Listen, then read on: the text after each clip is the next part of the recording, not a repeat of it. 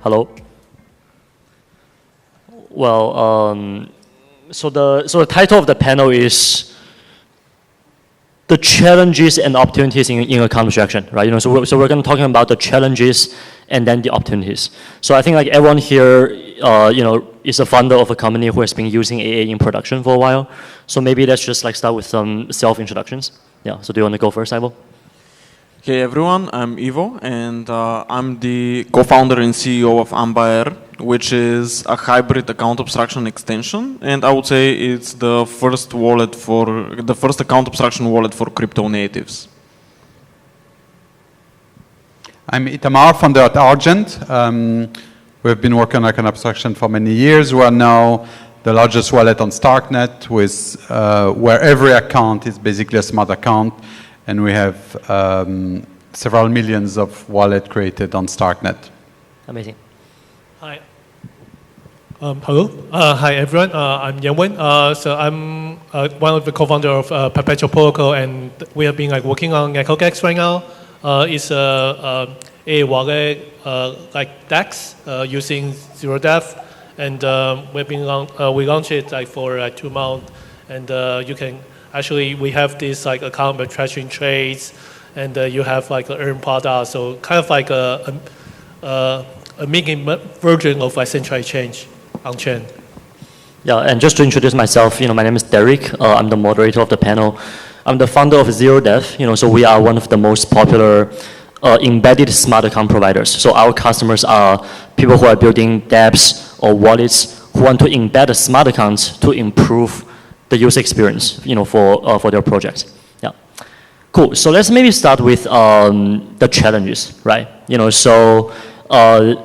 What would you guys say has been maybe the biggest issue you have run into in production with account abstraction so far? Maybe we can start with,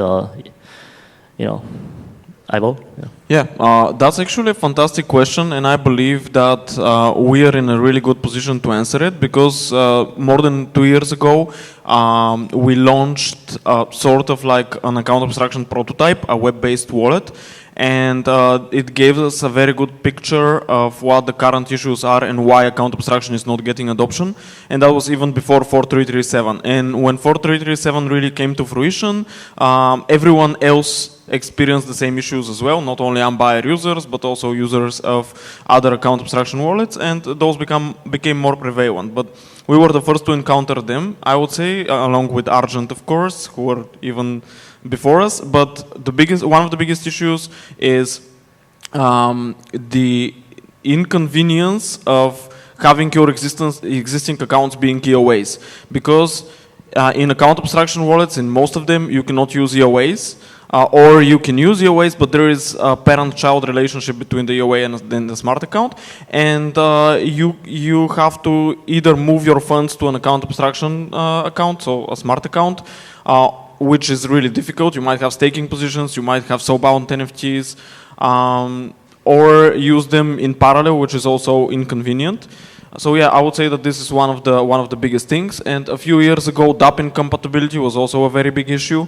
Even OpenSea, you couldn't use OpenSea, for example, with most smart wallets. But those things have been getting progressively better and better. So at this point, I would say it's the fact that people have this stickiness to EOAs. And of course, there are some EOAs features which are still missing in most account abstraction wallets, which is something that we're battling with hybrid account abstraction, which are, for example, the lack of portability. Like, for example, an EOA is something that you can import into any wallet solution. The other one would be the lack of support for any chain. When I say any chain, I don't mean chains that exist right now. I mean also chains that will exist in the future. So that's been a problem with the first generation of account abstraction wallets, that if some chain appears tomorrow, even if it's the most popular chain, you have to rely on the wallet provider that they will implement support for this. And again, that's something that can be solved. All right, I feel like you didn't leave any answers for the next panelist, but I don't think so. I think Argent, for example, they have a fantastic perspective. Sure. So Itamar, so I think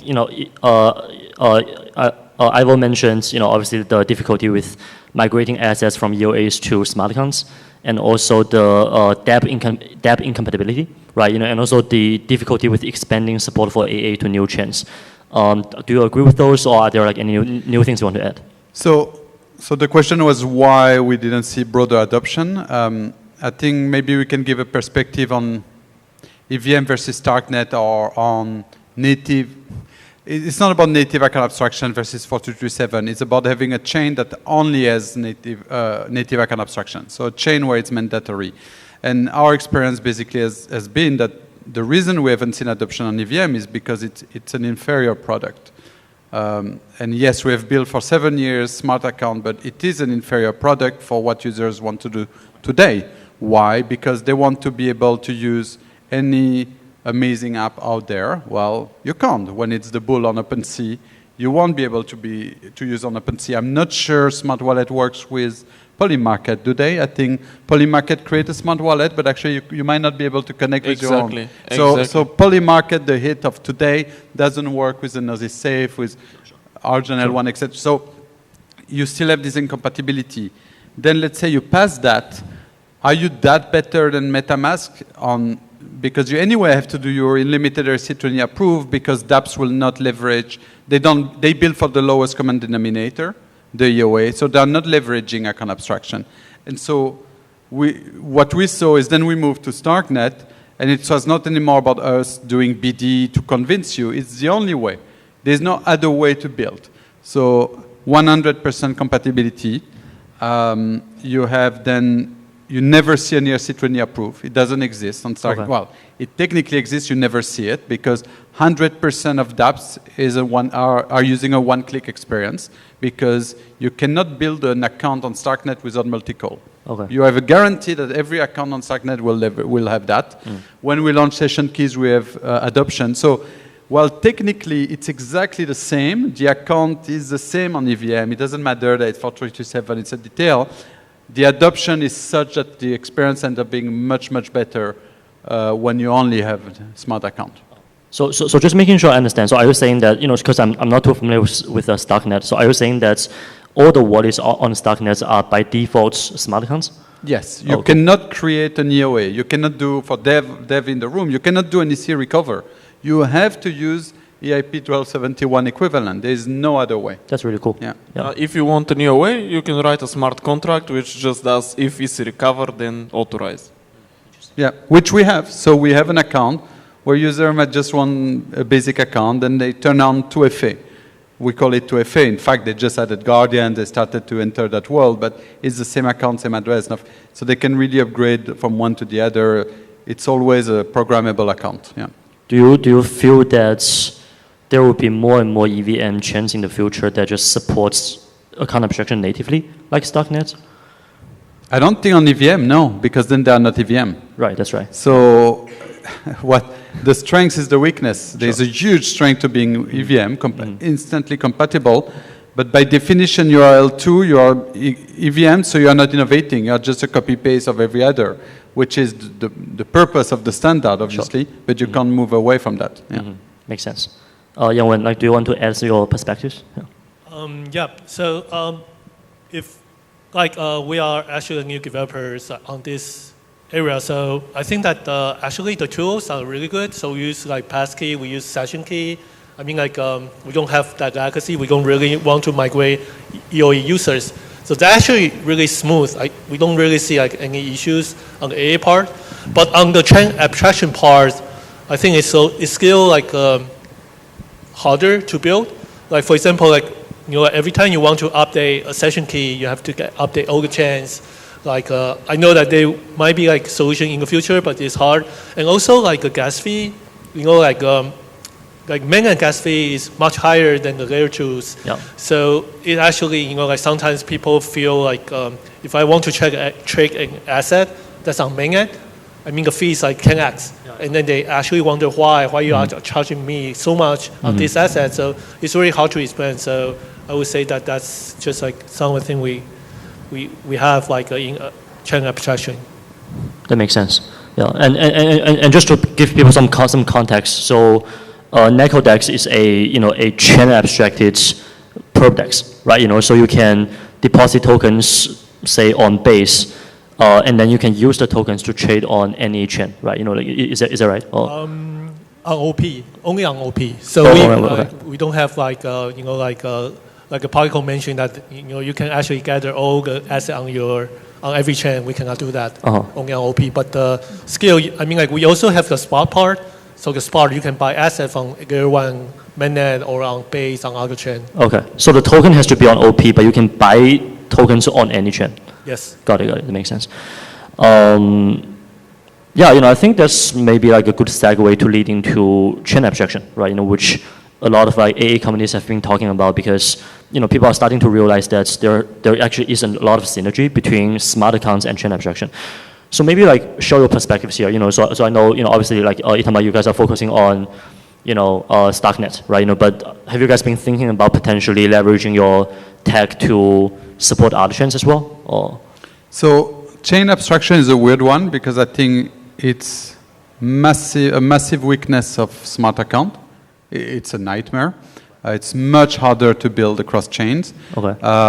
Especially, I think, Ivor, you said about future chains, and people want their drop on that new chain because they use the account there. Mm-hmm. And then in 3 years, you will have to deploy the same account on the same address, so with the same salt on that other chain. That means the owner will be an owner you don't control. You used to control it 3 years ago, so you are screwed. So a lot of issues for smart wallet on cross-chain. It's a nightmare, but at the same time, smart wallet have advantage on cross-chain. So if you look at thing One Balance, I don't know if they are in the room, they have a very interesting model to abstract cross-chain, make it instant. They actually need smart account for their model to work. So it's very interesting. It's like in a perfect world, it could be better cross-chain, but there are also massive challenges, and we'll have a few more years of work, I think, to get there. Yeah. They actually figured out a way around this. It's a compromise, which is to wrap each token into a wrapper token, and then they can implement resource locks in the token wrapper itself.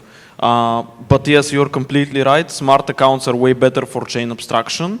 But at the same time, they introduce huge issues syncing state across chains. So what we did, and part of what we're calling hybrid account abstraction, is a smarter EOA model where even smart accounts, even before 7702, smart accounts still live with the immutable model of one key, one account. Obviously, that's suboptimal if you want to have recovery, if you want to be able to change the key and etc. But it's great for crypto natives who use hardware wallets and are already used to recovering hardware wallets through the seed phrase. So yeah, it's a model for crypto natives, but what it solves is the problem of syncing state across chains. When you know that the account is immutable, you know that you can deploy it on any chain, on any day in the future, and you don't have to worry about revoked keys, you don't have to worry about stuff like that. Key revocation is a weird one, because it obviously sounds amazing on paper, but in reality, if you get compromised, things happen so fast that your account will be drained anyway. So the only case to revoke this key is if you're receiving like an airdrop in the future or something like this. So key revocation, I think personally, hot take, might be a little bit overrated. So this is why at the moment we're betting on immutable accounts. And if you want to have recovery, it's adding like a temporary key which you can use until you move your assets to a new account.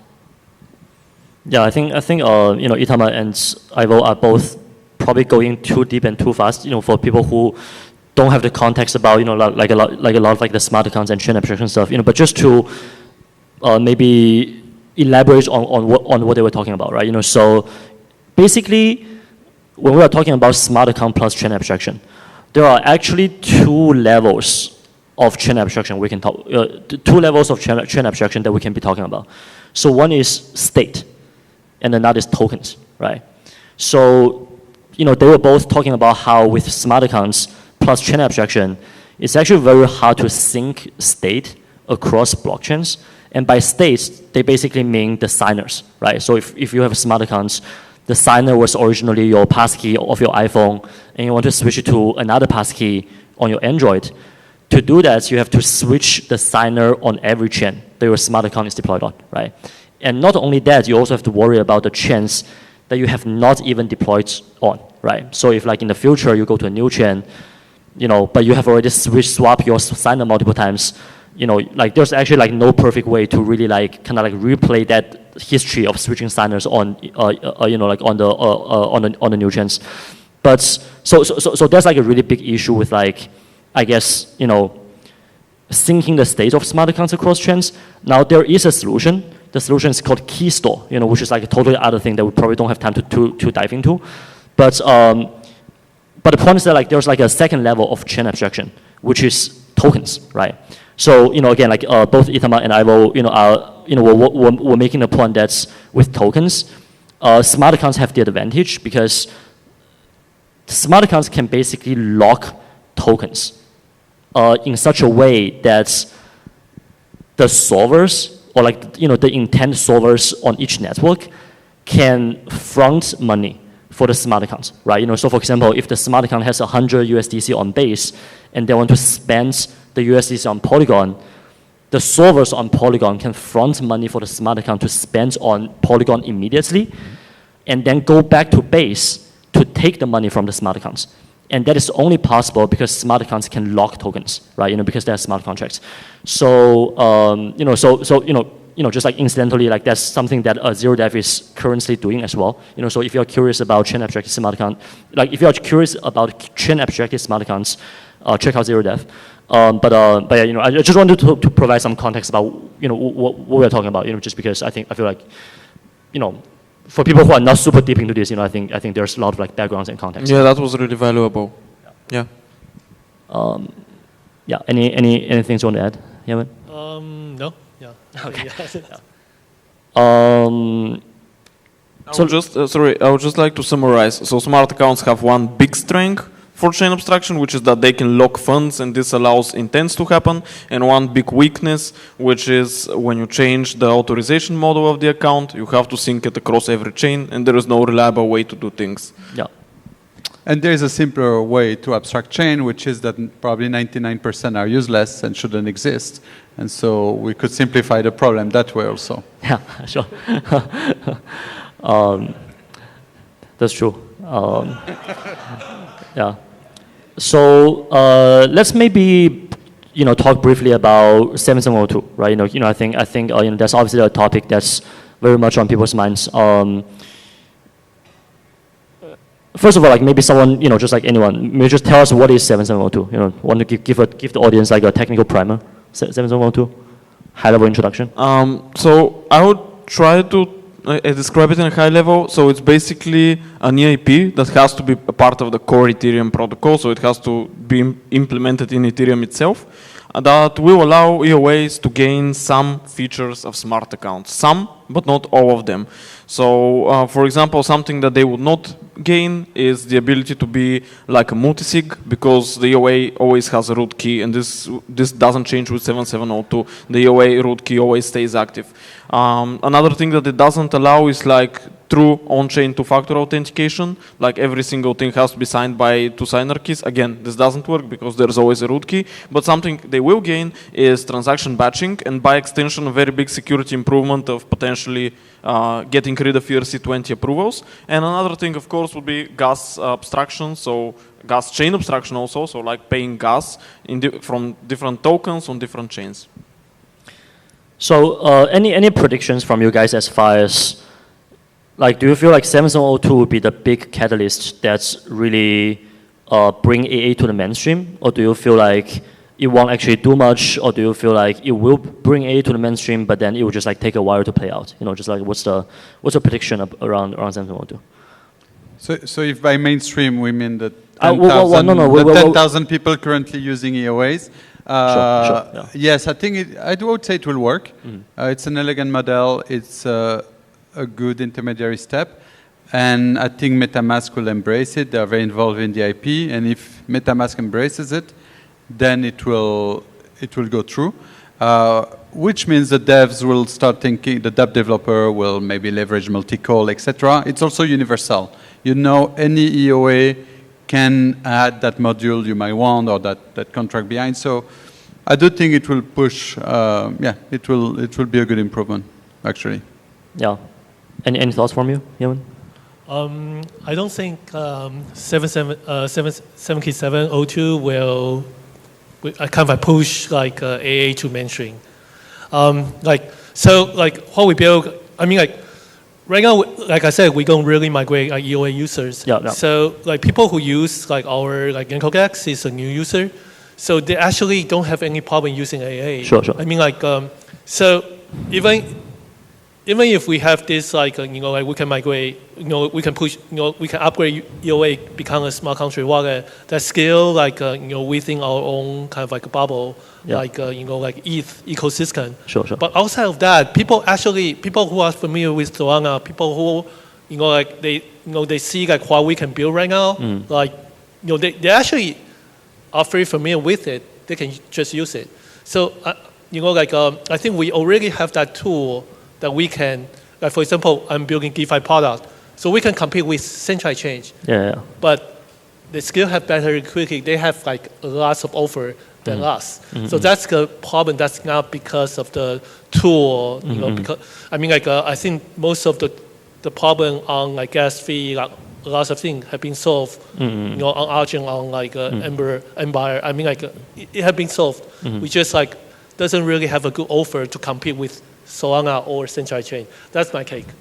Okay, so I just want to add something really I believe is important here. We think of ourselves as 10,000 people using EOAs, and yes, that's true. Yes, we live in a bubble. But I think we shouldn't be thinking of the normies and us as different groups. I think we shouldn't be thinking of like the next billion versus us. And I think that we should be building products that are compatible with the next billion, that are also for us and also we can use. And we deserve good UX as well. And we don't have to be always tech nerds. And obviously, Revolut is easier to use than MetaMask, right? So why not strive to build the Revolut for ourselves, and then the next billion will come simply because we've created such a good product. I think also the different views here is because there are a bit two different type of wallet we are talking about. I think what Argent has to be or Ambire is we kind of have to be a wallet where you can access anything anywhere. So we are the consumer-facing app, and then you want to access any app out there. Well, what you want is to create a product that is on-chain, self-custodial. It doesn't need to interact with other products. You are in your world. You want to let users log in with something simple. So you're really a dApp-specific wallet. And in that case, it's true that we could have started by that. I think Icon Abstraction is working very well. You have all the toolkit you need. You can use ZeroDev. You didn't have to rebuild everything. You can give them login with email or passkey or whatever. You abstract gas. You don't care that they might be incompatible with Polymarket because they won't use that wallet for Polymarket. It's really just a solution for dApp-specific infrastructure. And in that case, it works really well. You also probably care, well, you care about multi-chain specifically, but some dApps might not. So if you think it as a dApp-specific wallet, it's probably much easier to solve a lot of those hurdles. Yeah, I think the confusion also comes, because I think there are like two different definitions of mainstream, right? If we are talking about mainstream in terms of, the normies, right? Like the next 10 billion users and whatnot. I think like Yenwen's point was right in that account abstraction and like all this like infra is a necessary but not sufficient condition to bring those people, right? It's necessary because you need great UX to onboard them, but it's not sufficient because you need some underlying value proposition, right? Whether it's like better prices, better financial opportunities, and whatnot, right? So I think that's the Yenwen. I think that's the point that Yenwen was making. But as far as like bringing to the mainstream in the sense that converting the 30 million MetaMask users of today into smart account users, I think like people are generally optimistic that like 7702 might be like a big driver of that, right?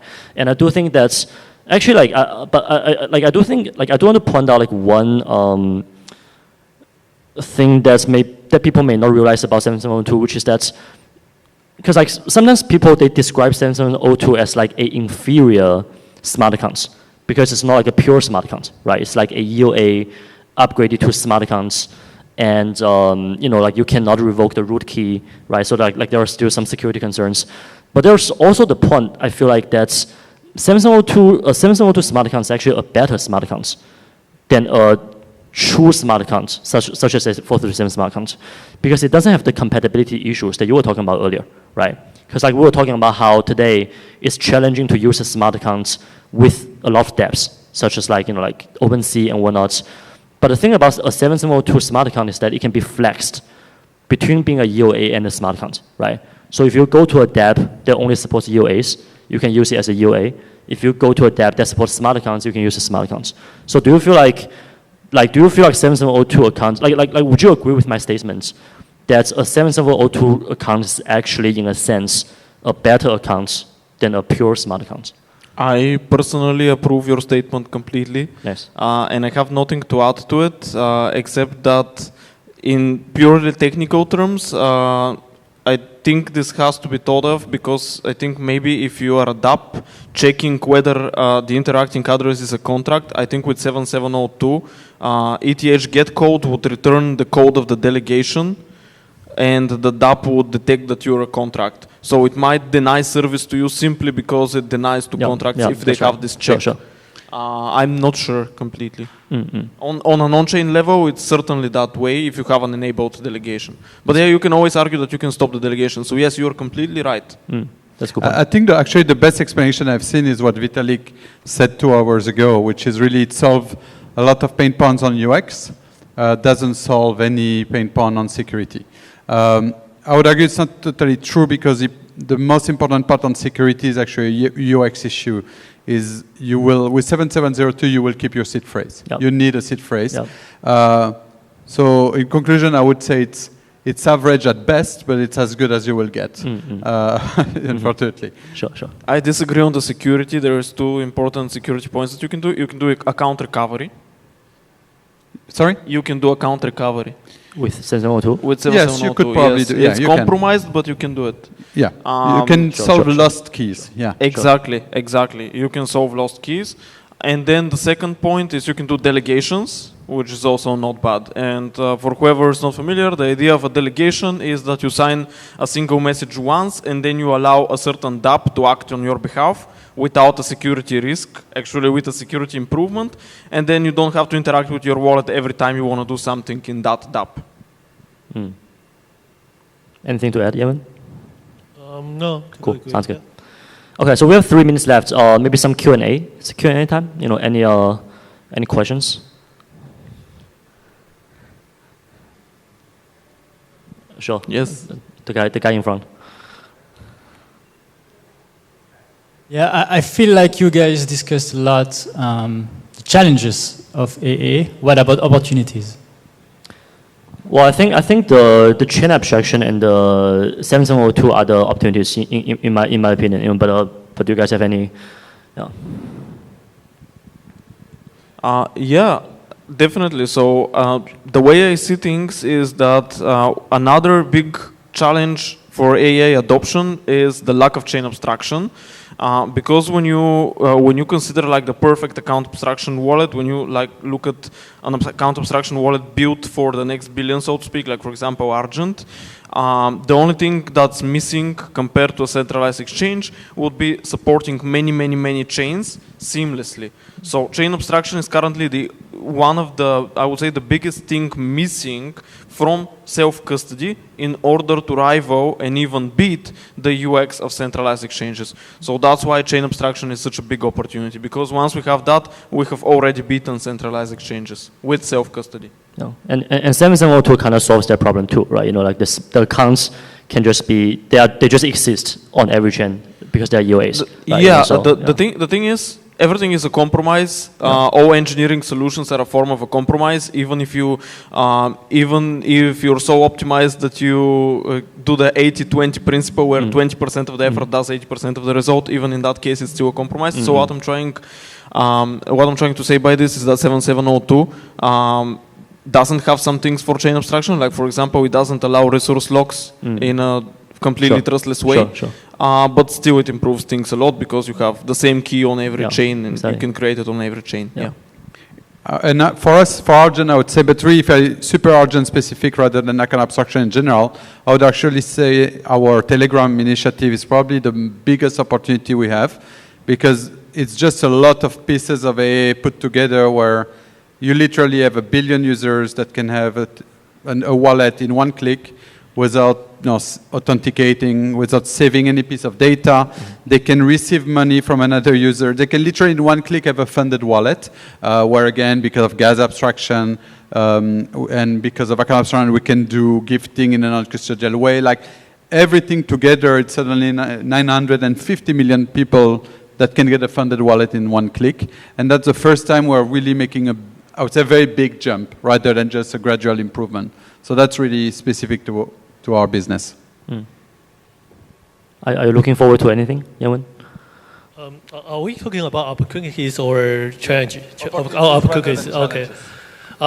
Yeah, I mean, I'm more on the developer side. So as far as I can see, I think that building a cross-chain app right now, if you don't have concern about the legacy part, Yeah. I think that's actually, like we talk about here, is quite easy right now, and we can easily build a kind of like a good app that can compete with Solana or like centralized chains or any other centralized like games or other things. So I think that the only concern I have is just like how to sync a skate, like we mentioned. But the other thing, I just think that there will be like more and more these kind of dApps coming out, like cross-chain dApps. Yeah, so I think that's really exciting. Yeah. Cool. Any more question? Maybe the whites. Yeah. Thank you for the presentation. My question is about where do you expect the people to their identity, such as the ENS address, to belong to? Now you have EOA and the many smart accounts, which are basically non-exportable to each other, right? And so in the world of now, do you expect the people to associate their ENS or any other identity to EOA address or the smart contracts, and now and for the future as well?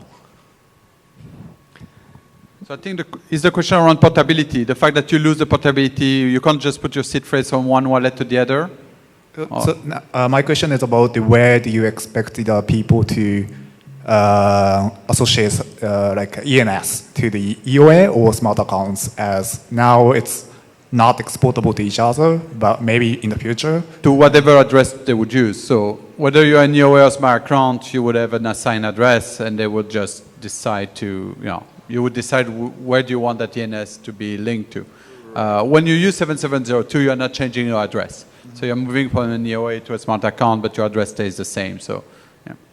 But I do think that's, maybe this is not what you were asking exactly, but I do think you bring up a really good point, which is that, because in a world with smart accounts, especially things like not all chains are perfectly EVM equivalent, right? You will wind up with a bunch of smart accounts that have different addresses, right?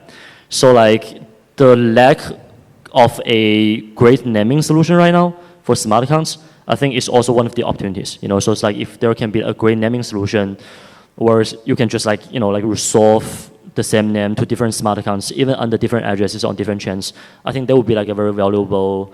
So ENS solves that actually, it's just not really used. But sure, you can have different address on all the different chains.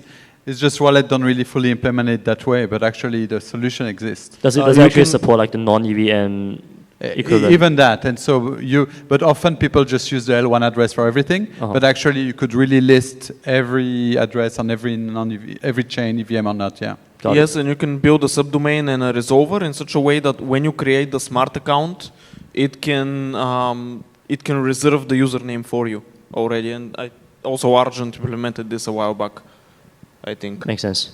Yeah, I also feel like the namespace should probably be handled by the key store rollup as well. I mean, like that's like a totally. Well, with ENS, it's a different sort of solution. ENS, I think, believes that there should be one root chain, and even the addresses on other chains should be written on that root chain. Yeah, so that's what I'm saying. That the root chain should be the key store rollup, right? Like they might as well be the one that be the same chain. Well, ENS will want it to be the name chain they just announced. I think. But back to name coin. Yeah, so ENS should actually take the opportunity to make name chain a key store rollup, right? I think that would be like. That'd be interesting. Yeah. Exactly. Yes. Anyways.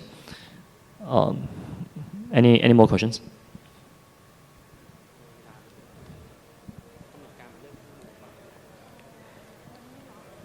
Oh, sorry. Hello. Hello. Oh yeah. Great talk, guys. But I'm just asking this question from the point of view of, say, a perp dex, where timing is kind of important, and when you have relayers and stuff like that, you do add to latency. Okay. So, like, how would we go forward with this? Like, chain abstraction is really good because I can have session keys, I can trade from my phone, I can trade from my laptop, whatever. But I can't do that with an EOA. But at the same time, I don't want to give up, say, the 1 to 2 second delay with the relayers. So, yeah. For sure. Yeah, we should probably talk after the talk, because we work with a lot of perp dexes, But so I have my answers, but do you guys want to go first? Or? I want to speak to that. So I think that this is the smallest issue in account abstraction at the moment. One of the smallest issues. Like you're right, and at the moment, bundlers and paymasters and all of this can add 2 or 3 seconds of latency, which even with like simple use case with Uniswap is a bit on the unacceptable side. But it doesn't have to be that way. This is simply a result of being early in this industry and being early in the technological progress. A layer doesn't need to add 3 seconds of latency. If it's optimized, it can be like 200 milliseconds, like 1 or 2 network pings, pretty much. It doesn't do anything computationally intensive. It doesn't do anything I/O intensive. It does basic like mixing and matching and just, yeah, it doesn't need to add latency. Do you have an order book? No, we are an AMM. I work for an AMM. Okay. Yeah. Because we are working with a perp that has an off-chain order book, which has extremely high requirement. But again, we're on StarkNet. There's no latency because it's native. So it goes straight to the sequencer. But for off-chain order book, there are designs that can solve a lot of that. Yeah. I'm sorry, just to add one more thing. Even for 4337, which is pretty complicated as an EAP, you can reduce this latency to 0 by implementing the bundler directly on the on the block builder. So you can reduce that practically to 0. And I think that's anyway what you need to get. If not, exactly. If not, Relayer will get. They need to be block builder in the end vision of 4337. In the long run, yes, that would be the perfect. Exactly. Yeah. Then you solve it. Yeah. So we used to build a perp dex. So I do think that if you are really concerned about the speed, maybe you should have your own chain. I think that's easier to solve anything. But one more. But like so there are like Particle and also like ZeroDev that they have this like chain abstract balance. So you actually normally if you want to like do a kind of like operation in cross chain, you have like you have to send a transaction, and then on the layer 2 and another chain, you have to send a second one, and then that can actually reduce you to only one transaction, so you don't really have a latency. You do have like some latency on the relayer side, but I think like you can be your own relayer, so you can actually remove that part. So I do think that using this doesn't really add too much latency on your perplex. But you do have like if you are ANM, or if you are ANM, you might want to have your own chain, not using other chain. Otherwise, the gas fee skill spike sometimes. Yeah, I think latency is like a really complex topic. I think I can talk like for 30 minutes about this. But I think to summarize, I think so. What Yenwen is saying is that there are 2 types of latency, right? So there's like the cross-chain latency if you are dealing with cross-chain stuff, and then there's like the native AA latency, right? So with cross-chain latency, you can definitely optimize it by using like a native chain abstraction solution such as ZeroDev, so that you can avoid the bridging latency, right? So that's one thing. But if we are talking about the native AA latency, then I think like to me there are 3 layers, or rather like there are 3 ways to solve the problem, right? So one is like literally just better bundler implementations. So it's kind of like what Ivo said earlier about like we are just really early. So like a lot of like the bundlers, they're not super optimized. So I think like that as time goes on, the bundlers, they will just be more optimized. The second one is to like they mentioned, the bundlers can be combined with block builders and sequencers, and that will happen eventually as as the AA space becomes more mature. So then submitting a AA transaction would be just as fast as submitting a normal transaction. And then there's also the third layer, which is with 7702, there's actually the possibility of essentially doing a lot of like the things you would do with AA, but without going through bundlers at all, right? So for example, if you want to do transaction batching with 7702, you don't actually have to go through a bundler. You can just submit a normal EOA transaction that calls your own smart accounts to execute a batch of transactions. So it's actually just a normal EOA transaction, but it doesn't go through any bundler because it's just a transaction that's that calls your own smart account, right? So basically, like there are also ways to achieve what you would normally achieve with AA today, but without using any AA info at all. And that would be possible after 77002 becomes a thing. Yeah. Interesting. Thank you, guys. Cool. Yeah. So we're over time, but thank you guys for coming to the session. Yeah.